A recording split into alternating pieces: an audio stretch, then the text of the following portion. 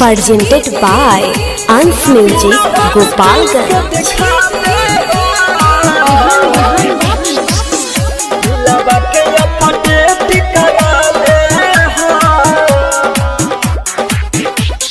बुझी है कि तोरा बिना मर जाई, नहीं मिलब तो हम जहर खाई, न बुझी है कि तोरा बिना मर जाई, नहीं मिलब तो हम जहर खाई। तोरा बिना हम जी के देखा दे दिलवा के अपडेट करा ले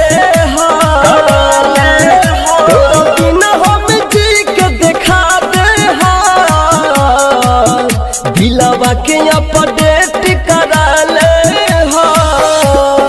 मिक्स बाय मालिक रिकॉर्डिंग स्टूडियो, गोपालगंज।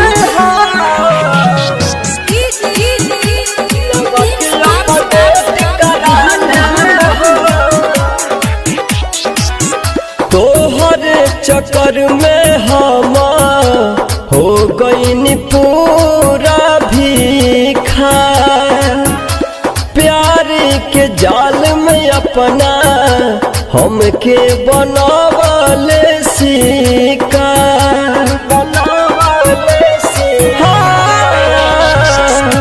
तोहरे चक्कर में हम हो गई पूरा भीखा, प्यार के जाल में अपना हमके बनावले सीका। तोहे बुझत रही हम पवित्री रे, पकिया बड़े सत भतरी रे, तोहे छतिए भीतर दफना ले दिलवा के अपडेट करा ले तोरा बिना हम जी के देखा दे दिलवा के अपडेट करा ले बिना हम जी के देखा दे दिलवा के अपडेट करा ले।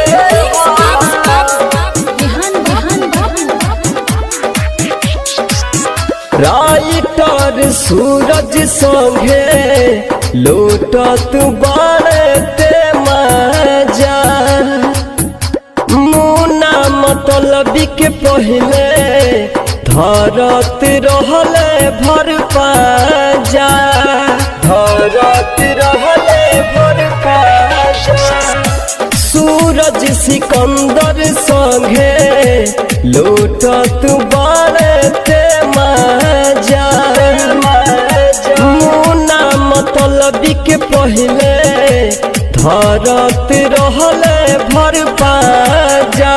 खाना पीना ठीक न लागत, मोर दिलवा तोरे ओर भागत, कसहु मनवा के समझा दे दिलवा के अपडेट